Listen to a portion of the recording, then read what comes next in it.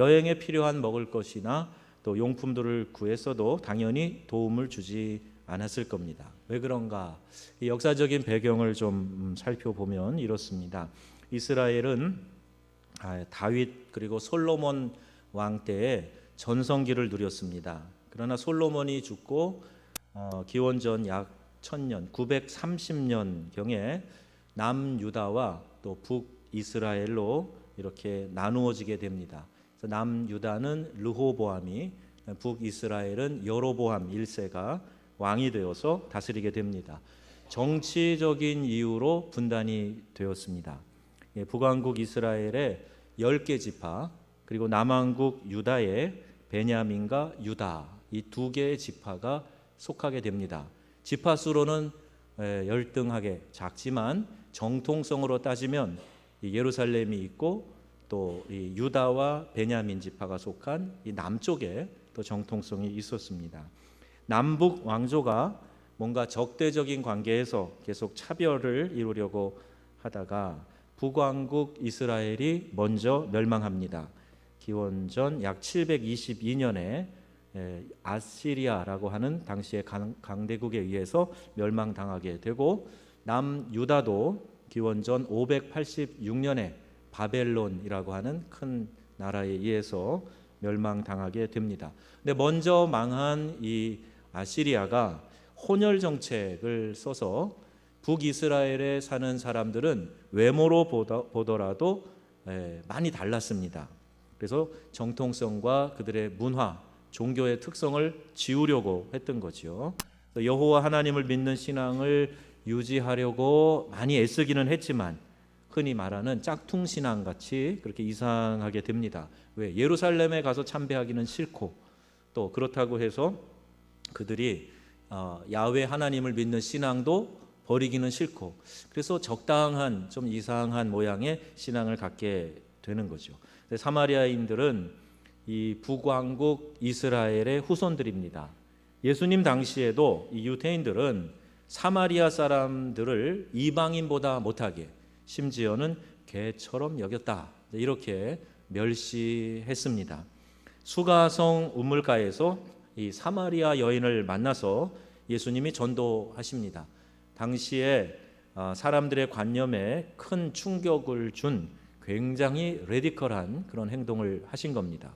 유대인 남자가, 그것도 사마리아 사람, 상종하지 않는 사마리아 사람 여자를 만나서 전도하셨다. 이 이야기가 그렇게 곱게 보이지 않는 그런 이야기였던 것입니다. 제자 야고보와 요한이 사마리아 땅의 한 마을을 지나갈 때 홀대받은 일에 대해서 아주 분노하고 있습니다. 그리고 예수님에게 물어봅니다. 예수님, 우리가 불을 명하여서 이 하늘로부터 불이 내려서 저들을 멸하라 하기를 원하시나이까? 이렇게 예수님에게 물어봅니다.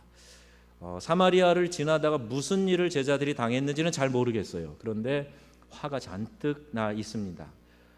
이 이야기는 예수님께 물어보지만 어떻게 기도할까요? 라고 기도를 어떻게 할까 묻는 그 물음입니다.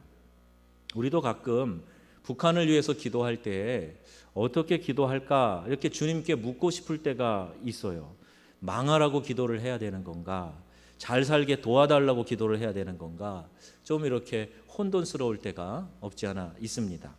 요한은 당시만 해도 불같은 성격의 소유자였습니다. 별명이 보아너게, 우레의 아들이라는 거예요. 막 화가 나면 그냥 우르릉 쿵쿵 하듯이 쏟아붓는 다혈질의 사람이 바로 요한입니다. 이 요한이 별명답게 불벼락을 내리자 이렇게 하고 그의 형제 야고보도 여기에 역성을 듭니다. 아마 엘리야가 기도할 때에 하늘에서 불이 내려서 번제물을 태웠던 그 사건을 기억하고 이야기하는지 모르겠습니다. 그런데 보세요. 번제단 위에 각을 떠서 잡아놓은 짐승을 불이 내려와서 태우는 것도 아니고 사마리아 땅에 하늘로부터 불이 내려서 살아있는 사람을 생채로 타 죽게 하는 일, 이런 끔찍한 기도를 지금 하고 있는 겁니다. 아무리 열받아도 그렇지.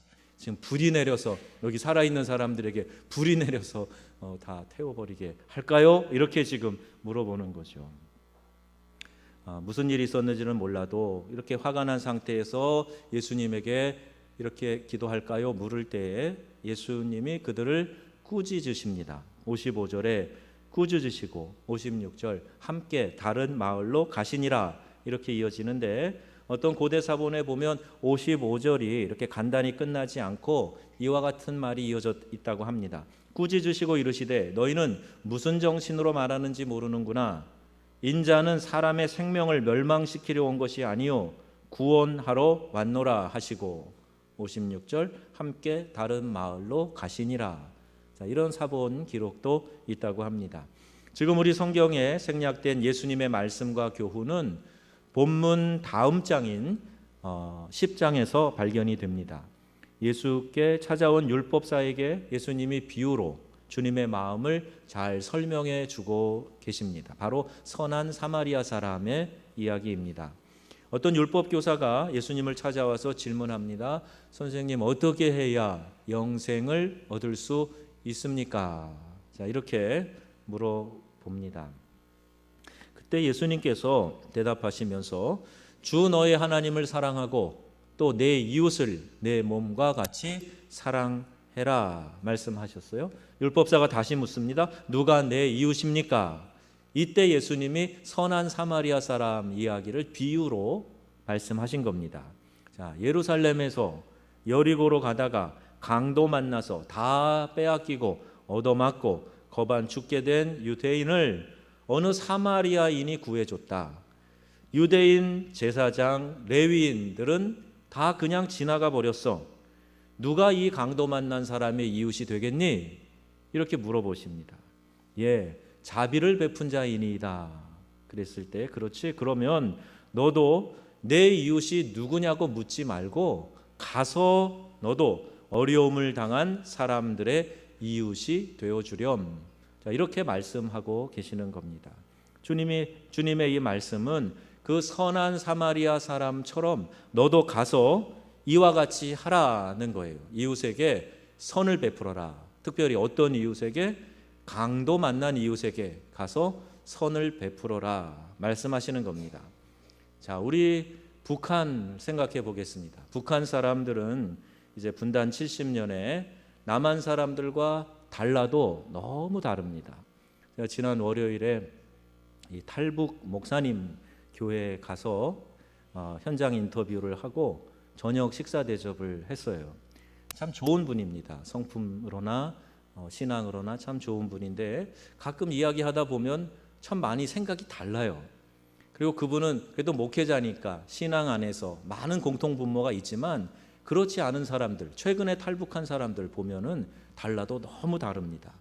전문가들은 정치, 경제 등 많은 국가 문제에 통일만이 해법이다 이렇게 이야기를 하지만 대다수의 사람들은 필요를 인식하지 못하고 있습니다. 특별히 젊은 세대 길거리 가다가 인터뷰하면서 통일이 필요하다고 생각하냐? 그러면 대부분 반응이 관심 없다는 거예요. 그리고 그 복잡한 걸 왜 하느냐는 거죠. 싫다는 겁니다. 부담 갖기 싫다는 거예요. 세금 더 내야 되잖아요. 싫어요. 이게 이제 보통 사람들의 반응입니다. 근데 예수님이 뭐라고 말씀하십니까?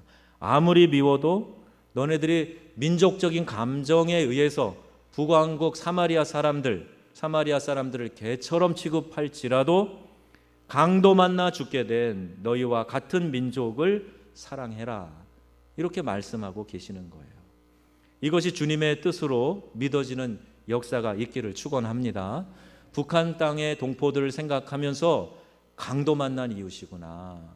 독재, 3대 독재의 치하에서 우상 숭배를 하면서 저렇게 경제적으로 핍절해져 가지고 어려움을 겪고 있는 우리 동포들, 오죽하면 고향을 버리고 가족을 버리고 탈북을 하겠는가 생각해 보면서 강도 만난 이웃이구나. 그들에게 선을 베풀라고 말씀하시는구나. 이렇게 오늘 이 말씀을 적용해 보자는 겁니다.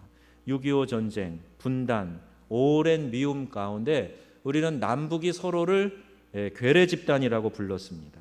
또 요즘 미사일 쏘아대죠. 핵 개발하죠. 국제적으로 평안을 깨고 불안하게 하는 악동 역할을 계속하고 있습니다. 엄청난 국방 예산을 들여서 이 나라의 안보를 유지해야 되는 긴장 관계에 계속 있습니다. 하지만 그들은 우리의 동포입니다. 가장 가까이 있는 어려워진 우리의 이웃입니다. 강도 만난 이웃입니다. 한정협이라고 하는 탈북민들이 이 땅에 정착하는 일을 도와주는 그런 단체가 있어요. 거기에서 조찬기도 모임을 한 달에 한 번씩 하는데 몇 번 참여한 일이 있습니다. 새벽에 모여서 예배를 드리는데 그때 가끔씩 이 죽음의 사선을 넘어온 탈북한 그 형제 자매들이 나와서 그 이야기를 할 때가 종종 있습니다. 어느 날 모임에 갔는데 한 간증자가 말하기를 자신이 살아있는 것을 감사할 수 없다는 거예요. 감사하지 않을 수 없다. 저는 처음에 이렇게 들었는데 그게 아니라 살아있는 것을 감사할 수 없대요.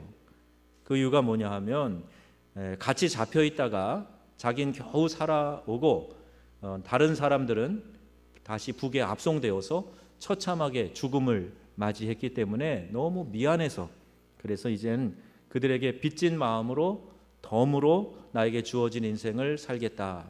또 복음 전해서 사람들을 구원하는 일을 하면서 살겠다. 이렇게 이야기하는 한 탈북 청년의 그 청년이 지금 신학생이 되어 있는데 그 청년의 짧은 간증, 진한 감동을 주는 간증을 들은 일이 있습니다. 이제 2,500만 북한 동포가 있고 탈북하여 남한에 정착해 살고 있는 탈북민이 3만 명이나 있습니다. 계속 사람들이 북에서 빠져나와서 한국에만 오는 게 아니라 중국과 또 이 라오스, 태국 제3국을 떠돌아다니면서 살고 있습니다. 자, 이러한 때 교회는 어떻게 해야 되겠습니까? 이제 국가적으로 통일을 준비하자는 의식이 점점 늘어나고 있습니다. 그 외침이 점점 더 커지고 있습니다.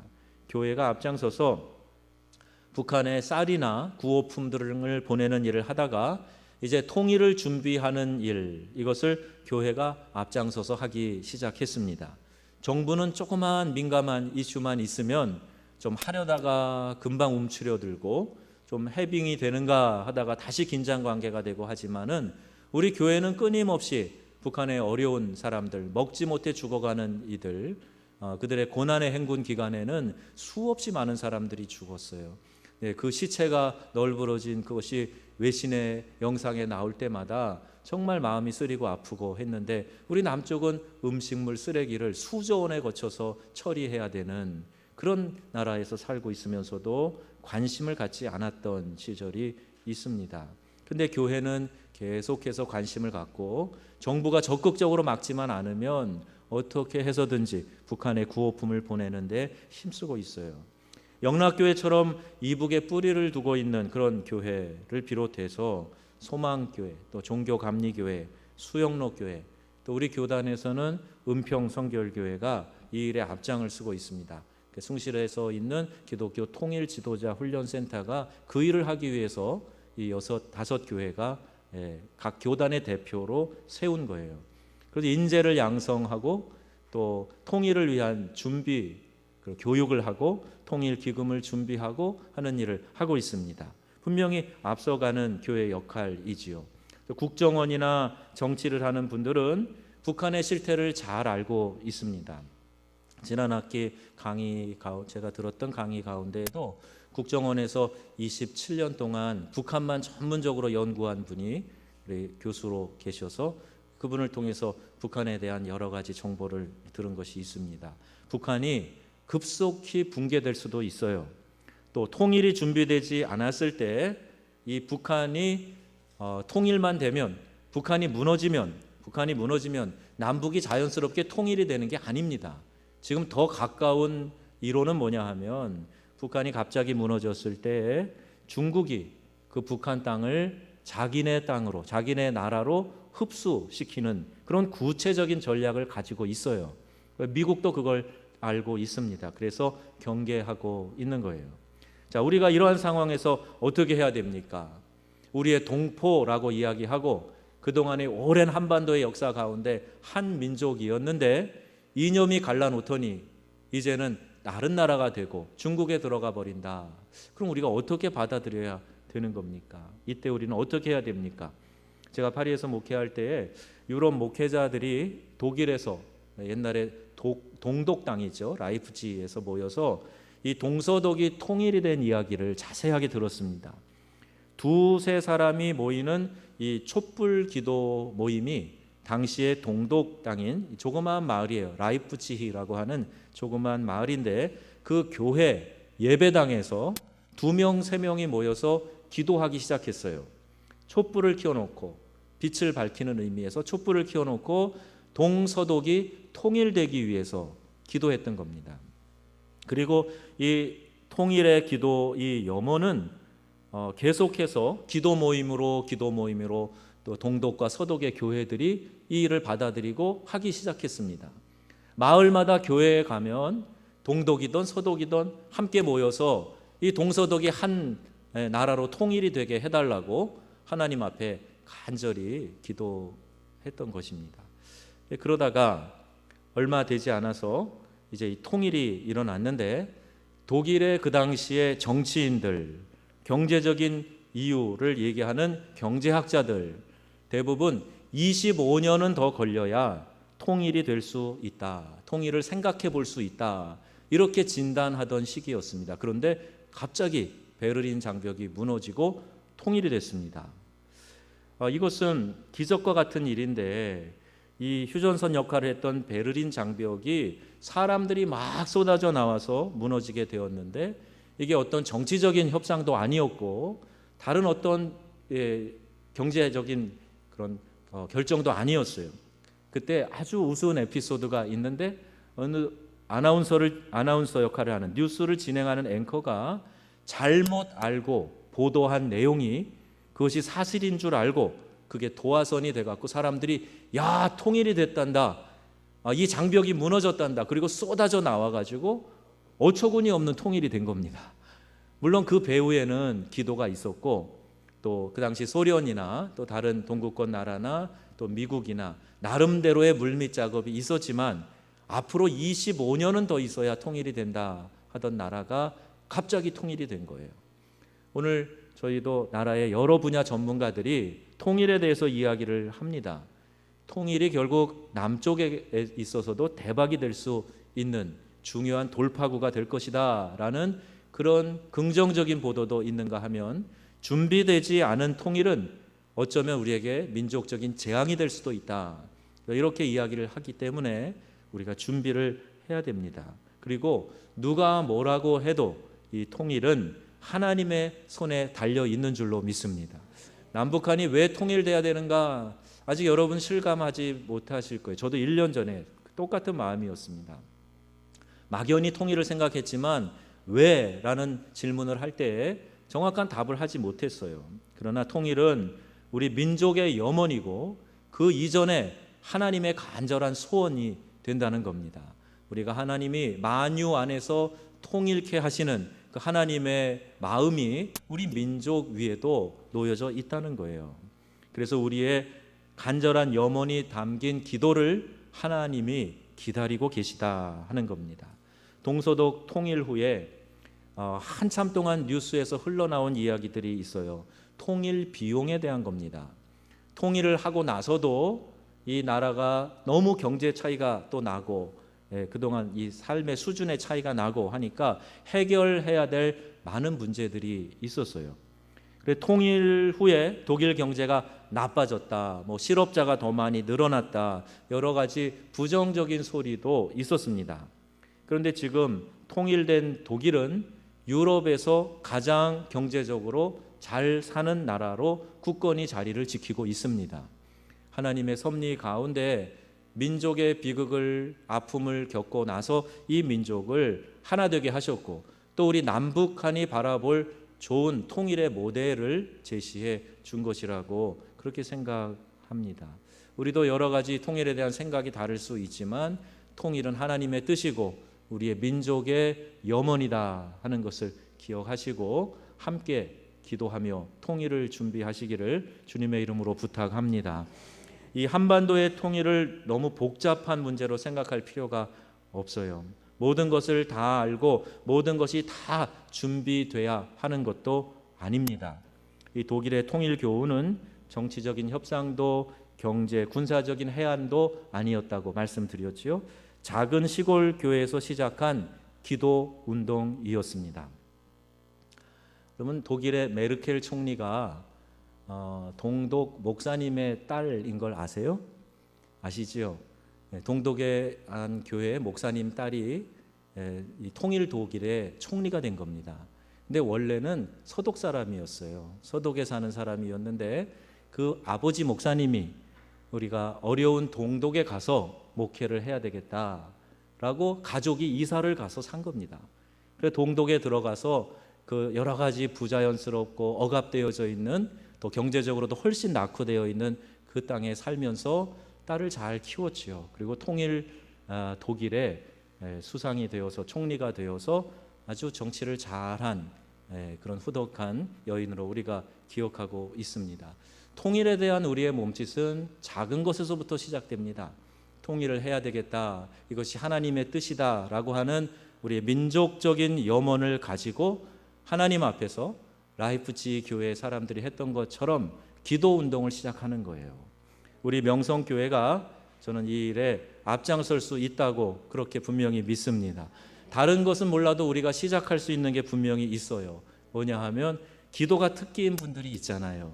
그래서 함께 기도하면서 하나님, 이 민족이 전쟁 없이 평화롭게 더 이상 부서지고 죽이고 하는 일 없이 통일되게 해주세요. 그리고 이 통일 한국을 통해서 복음을 땅끝까지 증거하는 데 쓰임받게 해주세요. 이렇게 기도하자는 겁니다. 여러분, 휴전선만 무너지면 우리가 북쪽으로 올라가 가지고 중국을 관통해서 옛날에 이 무역로였던 실크로드를 통해서 다시 중동 땅으로 들어가는 길이 열립니다. 자전거 타고 그 길을 갈 수가 있어요. 그래서 우리가 그것을 꿈꾸면서 하나님, 이 땅에 속히 휴전선이 무너지고 평화롭게 통일이 되어서 우리 한국 민족에게 주신 하나님의 그 꿈을 이루게 하여 주옵소서. 이 일에 우리가 함께 기도하고 또 쓰임 받기를 원합니다. 여러분, 기도로 통일을 이루십시다. 우리가 함께 기도하면서 남북 통일을 위해서 함께 준비하십시다. 오늘 헌신하는 우리 에스더 이 여전도의 여러분들께서 기도로 먼저 앞서 가시기를 축복합니다. 이것이 하나님의 나라와 하나님의 의를 구하는 것이기 때문에 하나님께서 그 모든 것을 그 위에 더하여 주실 줄로 믿습니다.